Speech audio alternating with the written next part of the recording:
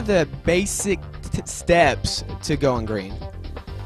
Well, I'm not a big fan of the word green, going green, because somehow it leaves out some of the really important things like the human welfare interests. Like you could have green genes, eco genes, but they could be made by slave labor, or you could have biofuels that are made by burning down a rainforest in Southeast Asia, or you could have chocolate, organic chocolate that is made by harvested by kidnapped children in the Ivory Coast. So I tend to think about whole system thinking,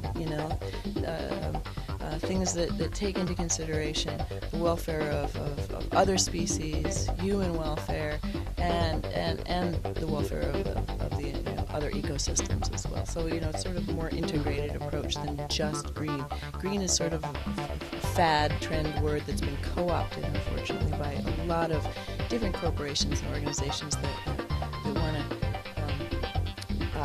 want to capitalize on this real genuine interest by people to make wiser choices. Now, 16 years, you've been living this lifestyle.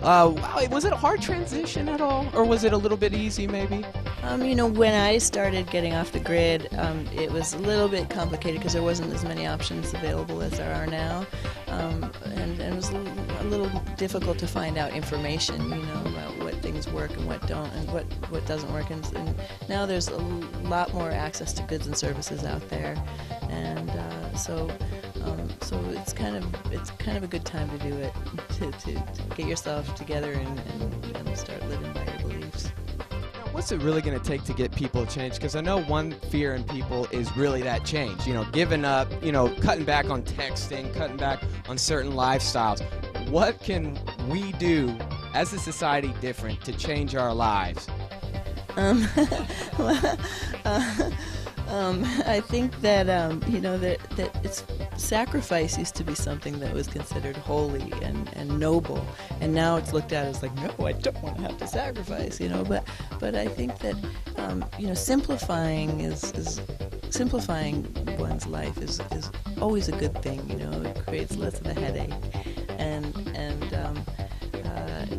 especially in these economic times, it makes a lot of sense to cut down to the basics and the essentials. Now, also, the biodiesel. How far can we see this? Because it is smart. I mean, it is a good way. Well, biodiesel can be made from lots of different things. It doesn't have to be made from waste grease. I prefer biodiesel that's made from waste grease because it's already going to the dump. But any kind of oil can be turned into biodiesel, whether it's corn, soy, flax, hemp seed, whatever. Any kind of oil. And there's a right way and a wrong way to biofuels, just as there's a right way and a wrong way to most things. But what you were saying before about kids, and students being the future, it's the fact. And the truth is that I think most of the younger generations are already kind of with the program. They have still a lot of the common sense, radar intact, and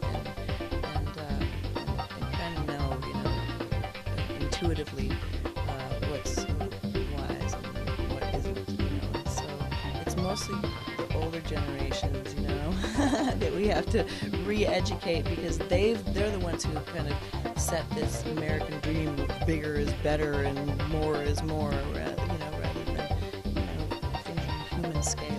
They don't want these giant houses and giant cars, and that's what we think we need to change. We need to redefine American dream. Well, Daryl, thank you for your time.